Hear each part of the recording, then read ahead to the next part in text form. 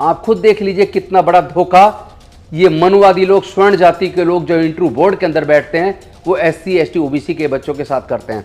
इसी तरह के तमाम नंबर जब आप देखेंगे तो SC बच्चे को मैक्सिमम नंबर, एक बच्चे को 52 मिले हैं, उसके बाद दूसरे नंबर पे 40 नंबर, और वो भी एक बच्चे को मिले हैं, बाकी 32, 30, 35, 24 इस तरह के नंबर मिले हैं। और इधर EWS में जो EWS जनरल कैटेगरी का बच्चा है उसको मैक्सिमम नंबर 90 मिले और मिनिमम नंबर 70 मिले हैं।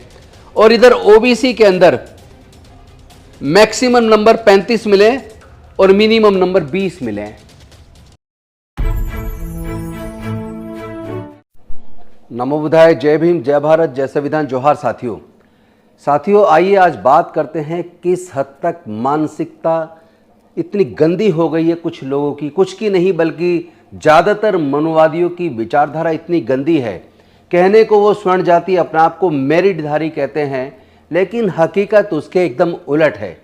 हकीकत ये है कि उनके खुद के अंदर इतना जहर भर चुका है कि वो काबिल से काबिल दलित, पिछड़े, आदिवासी बच्चों को इतना प्रताड़ित करते हैं, इतने अंक कम देते हैं ताकि उनका मनोबल टूट जाए।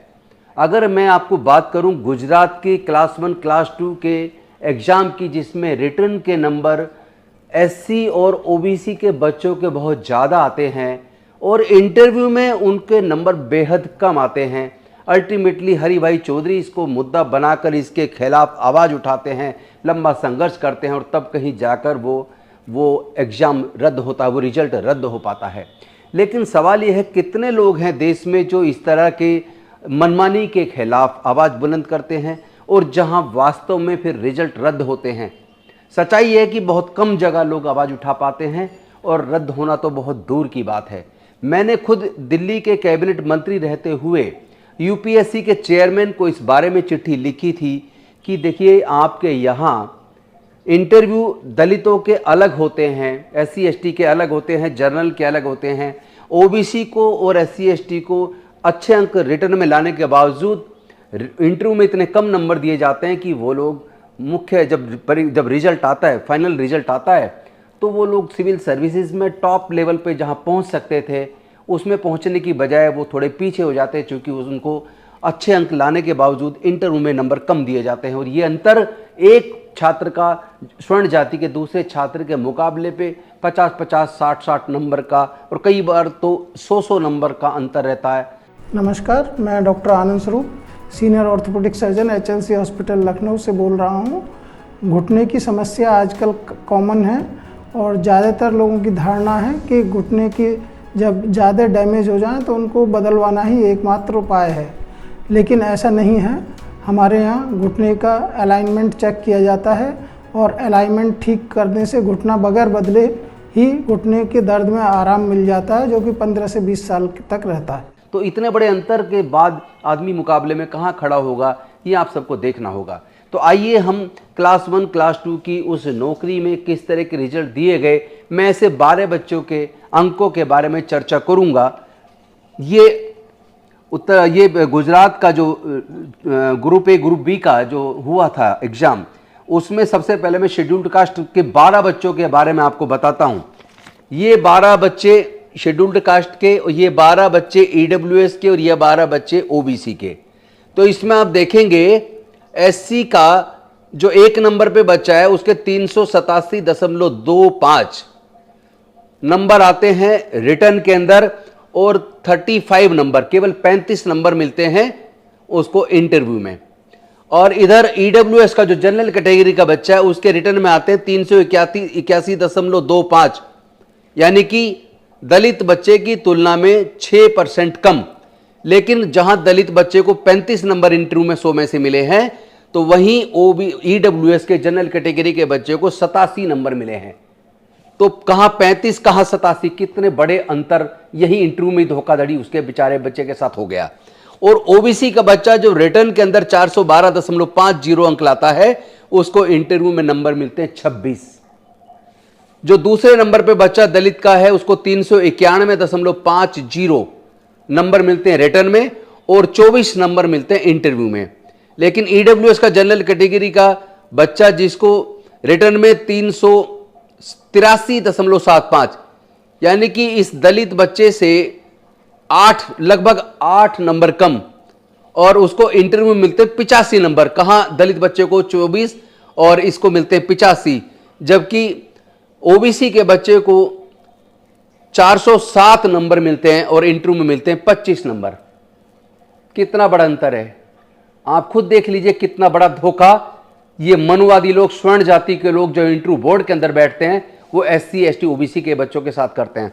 इसी तरह के तमाम नंबर जब आप देखेंगे तो SC बच्चे को मैक्सिमम नंबर, एक बच्चे को 52 मिले हैं, उसके बाद दूसरे नंबर पे 40 नंबर, और वो भी एक बच्चे को मिले हैं, बाकी 32, 30, 35, 24 इस तरह के नंबर मिले हैं।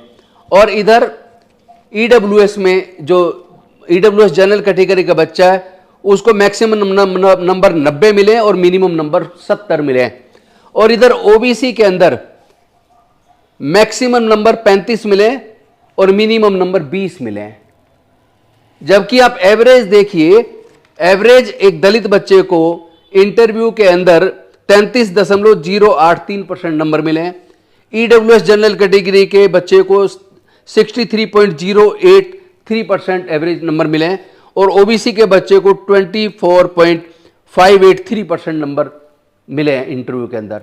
इतना बड़ा धोखा SC OBC बच्चों के साथ इस स्वर्ण जाति के जातिवादी मानसिकता वाले इंटरव्यू में बैठने वाले वो लोग जो अक्सर मेरिट की बात करते हैं, तो ये जो भारत सरकार की सार्वजनिक उपक्रम की कंपनियां बिकी है ना, जिनको घाटे में दिखाकर बेचा गया, वो इस तरह के जो मेरिटधारी लोग जनरल कैटेगरी के हैं, वो लोग उनकी वजह से, उनकी मेरिट की वजह से, उनकी नाकाबिलियत की वजह से, उनकी जातिवादी मानसिकता की वजह से ये तमाम बड़ी बड़ी कंपनियां घाटे में गई हैं और कहते हैं कि रिजर्वेशन की वजह से नुकसान हो रहा है। नुकसान रिजर्वेशन की वजह से नहीं हो रहा है, स्वर्ण जाति के लोगों की गंदी मानसिकता की उन लोगों की वजह से हो रहा है जो लोग इंटरव्यू बोर्ड में बैठते हैं और दलितों के साथ, पिछड़ों के साथ, आदिवासियों के साथ पक्षपात करते हैं।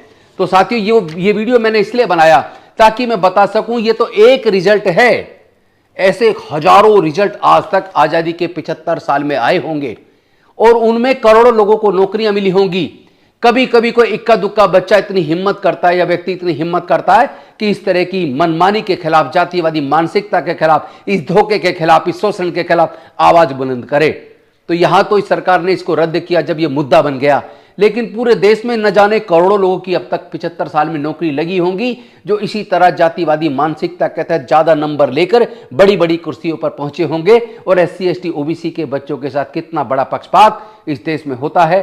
तो साथियों, निर्णय अब आपको लेना है कि कौन मेरिटधारी है और कौन नाकाबिल है जो पक्षपात की वजह से बड़ी बड़ी कुर्सियों तक पहुंचता है। और आज तक आपने कभी एक एग्जाम्पल मुझे ऐसा नहीं मिला है कि किसी ने किसी का ऑपरेशन किया हो और उसके शरीर में कुछ छूट गया हो और छोड़ने वाला किसी दलित, आदिवासी या पिछड़े वर्ग का डॉक्टर रहा हो। क्योंकि ये सब बातें हैं, बातों का क्या, बात तो कोई भी बना सकता है, लेकिन सच्चाई आपके सामने है। अब आप खुद निर्णय कीजिए कौन मेरिटधारी है और कौन इस देश के साथ गद्दारी कर रहा है, धोखा कर रहा है। बहुत बहुत धन्यवाद। नमो बुद्धाय। जय भीम, जय भारत, जय संविधान, जोहार।